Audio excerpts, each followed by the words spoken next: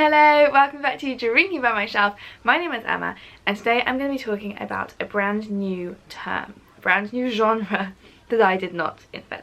I actually got this idea from Rachel Marie, from Rachel Marie's book journey. I will link to her channel below. She is absolutely fantastic. I love everything she does. But she recently in a video was talking and she coined this term for a particular genre of books.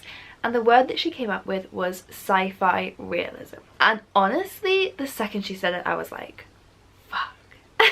Because I would always, up until that point, I would always say, I don't like sci-fi. It's like a big no-go area for me. I'm just not interested. And I would have like totally blanket statement said that. Until the second she came up with this like weird little niche exception. So this is basically the equivalent of the genre that is like commonly known as magical realism, but I've like recently discovered that that isn't really the right word for it. I think it should be called fabulism, because magical realism is actually a very specific thing and we're kind of culturally appropriating that by just applying it to anything that has elements of fantasy in it. But essentially that genre is well known, well talked about, where it's set in a contemporary world but has elements of fantastical things. But no one's ever said sci-fi realism before until Rachel Marie said it, and it is so perfect. So in like seconds from her saying that, I went from having thought in my mind, blanket statement, I hate sci-fi, to running through my shelves and finding there are tons of books I pulled off my shelves that fit into this sci-fi realism idea and are absolute favourites of mine. So I'm going to go through now and talk about books of this genre because I love them so much. So it's basically books that are set in our real world, our contemporary, recognisable world, but have little sci-fi elements in them. It turns out this might actually be my favourite genre and I never even knew it existed or there was a word for it. Because there wasn't a word for it until Rachel Marie made it up. Maybe there is a word for it, like leave me a comment if there is a word. But as far as I'm concerned, Rachel Marie just coined this and she's a genius, and until then I never would have known that this was a thing. So one author who's really good at sci-fi realism is Silvera. The first book of his I read was More Happy Than Not.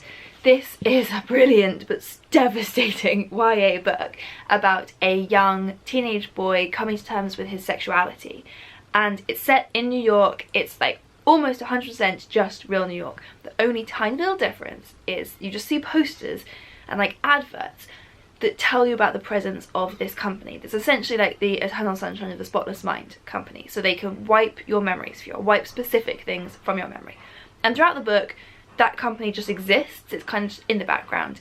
And as the plot goes on, it becomes relevant to the story. So this book is very much not a sci-fi book. That company is not the focus. Like, it's not about exploring how this like memory changing thing would work at all. That's just there in the background and adds this really haunting element to a very human story. So I love that. And then Silvera did it again with They Both Die at the End. So this is again just set in like our real world, except for the fact that there is an app where on the day you're going to die you get a phone call and they tell you this is your last day on Earth. And then there's an app where you can meet up with other people who found out that it's their death day, and then you can spend your last day with company. So this is a love story between two boys on the last day that they know they're going to be alive. And spoiler alert, as the title says, they both die at the end, and you know that the whole way through. So it's more just about exploring like what life is like when you're running out of time, rather than about the sci-fi element. Which brings me to one of my favourite books of all time, Never Let Me Go by Kazuo Ishiguro. So this, again, is, he has said it's about that exploration of running out of time. So in this, we meet these characters who are being raised, we meet them when they're young. They're being raised in this mysterious boarding school. And I'm not going to spoil what happens because I didn't know before I read it, and it worked really well, that reveal. But we know that they are being raised for some like greater purpose. They have some mission in life that they don't yet know what it is, and the teachers are very mysterious about it, and slowly this information gets revealed to them. And it is this kind of sci-fi-esque thing. It's something that doesn't exist in our real world to this extent, but it's not really about that. You don't explore how this works, you don't go into those details. It's just about putting humans into that situation and then exploring what life means to you when you know you don't have all of the time in the world. It's absolutely beautiful and devastating, and one of my favourite books of all time. A book I read recently on Scribd, so I don't have the physical copy, is 10th of December. So this is by George Saunders. It's a collection of short stories, and they are all, you know, separate stories, but they're all related because they have that element of sci-fi realism. So they will have just things exist in these stories that don't exist in our real world. It might be something really small. It might just be a mention of like a pill that doesn't exist in our real world, or it might be a technology that doesn't exist in our real world. But the stories themselves feel so human. And I know, before I keep going on with this, I know that sci-fi is about that. People who love sci-fi, like my husband, he loves Ian M. Banks, who writes these sci-fi books, and he will always explain that the reason he loves them so much is because they're about exploring humanity in these extreme situations. So I'm not trying to like dismiss that whole genre and the purpose of that genre. I know that's what it's doing, but I personally struggle with reading worlds that aren't ours. It doesn't interest me, and it takes me too long to get my head around it, that I just can't bother with the story.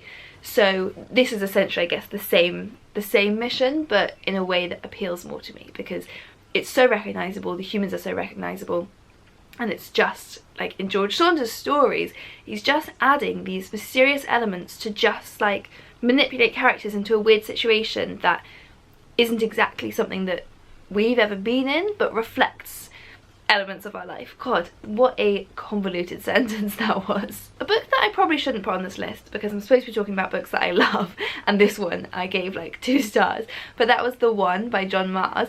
So this is a really bad book, but I really enjoyed it. It's really trashy, but I had a lot of fun with it, so I thought I'd put it on anyway, even if I wouldn't actually recommend it. In this one, an app exists. It's like a matchmaking app, but you send in your DNA and then they find you your actual perfect match, your actual soulmate, and it follows like 4 different stories that are all interconnected, of 4 couples who found their match through this site and how it can go wrong. It turns into a thriller. It's interesting because it shows that subconsciously I've always known that I like this genre, because that was a book I had on my TBR for ages. From the second I read that premise, I knew it was a book I was going to be interested in because I was so intrigued by that little sci-fi element. One of my favourite books from when I was a teenager is The Time Traveller's Wife by Audrey Niffenegger, and this is about a guy who can time travel, and every other aspect it's just a love story. Yeah, I absolutely loved it, and I loved it partly because the time travel, I know I'm a bit of a sucker for things with time travel, but mainly just as a love story, and this complicated love story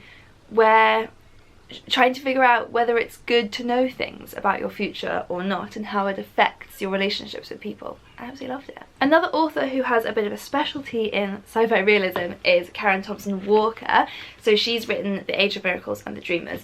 The Age of Miracles is a book I absolutely adored. So in this one, the world stops spinning, or it slows down spinning. Society as we know it like ceases to function because we don't follow 24-hour days anymore. Gravity even is affected, so people start getting like gravity sickness. Like this one I guess goes much further than any of the others I mentioned so far over to the sci-fi side, because it really is exploring like this massive change in the world. But I still put it in here because it starts in our real world and it feels very much just about the effects on the people. It's this family story essentially. It's about this girl growing up with her ordinary family, and it still feels like this kind of coming of age story just with this bizarre backdrop. It's absolutely brilliant. And The Dreamers I also loved, not quite as much as the first one, but I did love it. This one, there is this mysterious sickness where people just start falling asleep, and it's super contagious, so it spreads super quickly just through this one town. People get this sleeping disease, and again, kind of normal society just ceases to function because people are just randomly falling asleep everywhere, and there's not enough people left. There's not enough space in the hospitals. There's not enough people left to like run the shops, and we just follow the people left behind and kind of how they cope with this. And it never tries to resolve like what this illness is or where it came from or any wider effects other than how it affects these like specific characters' lives. And I'm actually currently reading A Girlfriend in a Coma by Douglas Copeland, which is really similar. The whole time I'm reading this, it's reminding me of The Dreamers. It's a bizarre book, this one. It's set in the 70s in Canada. It's just about a group of friends at high school. It feels on one hand like this kind of like those kind of movies like The Breakfast Club, that kind of thing. But one of the girls has these weird visions of the future, and then she falls asleep into a coma for 17 years. And we follow her friends and her boyfriend left behind while she's in this coma for 17 years until she suddenly wakes up. Her brain functions are like totally back to normal. So for her, it's as if she just like fell asleep yesterday and then woke up and suddenly the world's moved on 17 years, and then all of her visions start coming true. So much like in this book, people just start falling asleep. And I don't know what's going to happen because I'm still reading it, but I'm really, really enjoying it. It's completely bizarre. Those ones are definitely going further over to that side of things. So I'm going to pull it back slightly to my last one, which is a book I read recently called Severance by Ling Ma. So this one is another post-apocalyptic and dystopian novel. It reminds me a lot of Station 11. Station 11 could maybe fit on this list as well. It's about a girl called Candace, I think, living in New York, and it follows her life before and after the apocalypse. And most of the novel is set before, so most of it is just about her life in New York and her you know, her love life and her hating her job. It's a satire. The book is a satire of kind of modern urban life. So it's her feeling a bit stuck on repeat. She's this, and it's kind of, you know, building up towards this idea that humans are the zombies. And then the second half, or the bits that it kind of flashes back and forwards to, is set in like the zombie apocalypse. It's absolutely bizarre how these two halves fit together, but I loved it. I gave it 5 stars. And it's totally different from what I would think in my head as a zombie book. It's not like a kind of action threatening situation. The zombies are harmless. They're like rendered in a very unique way, and it's basically just like the extremes of what we're all kind of doing anyway. Like I noticed, it took me a while to notice until kind of halfway through, but the chapters even before the apocalypse always start with just her being like, and then I woke up and I went to work again. So it's like she's the zombie, and what happens to people when they catch this fever which turns them into zombies is that they just start doing things on repeat, but they're kind of dead behind the eyes then, and then they never wake up again. So yeah, I'm not sure if that really fits onto this list. We're kind of going into the more and more weird areas now, but I'm going to include it because it's, I guess you would classify it as a sci-fi book, in that it has the existence of zombies and the explanation for them is like it's an illness, so it's like scientific rather than supernatural fantasy. So it's kind of like a sci-fi concept for a book, but it doesn't read like sci-fi at all. It's much more a literary satirical novel. So yeah, so do let me know if this is a genre that you like, and if it's a genre that you know a name for or have made up your own name for. I think I'm gonna stick with sci-fi realism. I think Rachel Marie hit the nail on the head there. And if you have more recommendations of books like this, please do leave me a comment, because it turns out it's my favourite genre and I'm completely obsessed and I never even knew. So give this video a thumbs up and do hit that subscribe button below for new videos twice every week. See you next time.